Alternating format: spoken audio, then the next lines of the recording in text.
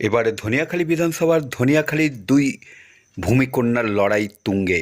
2026 সালে পশ্চিমবঙ্গ বিধানসভা নির্বাচনের জন্য সিপিআইএমএল লিবারেশন ধনিয়াখালী এসসি কেন্দ্র থেকে রুমা আইরিকে তাদের প্রার্থী হিসেবে ঘোষণা করেছে।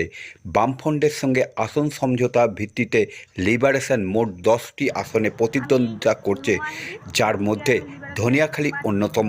এই 10টি আসন ছাড়াও রাজ্যে অন্যান্য আসনে তারা বামফ্রন্টের সমর্থিত প্রার্থীদের সমর্থন জানিয়েছে বলেই জানা গেছে। আজ ধনিয়াখালী বিধানসভার অন্তর্গত ধনিয়াখালী সিপিআইএমএল লিবারেশনের প্রার্থী রুমা আহিরি বাড়ি বাড়ি গিয়ে প্রচার শুরু করে দিয়েছে ইতিমধ্যেই। বিধানসভা নির্বাচনে পতাকায় 3 তারা চিহ্নে আমি রুমা আহিরি দাঁড়াচ্ছি।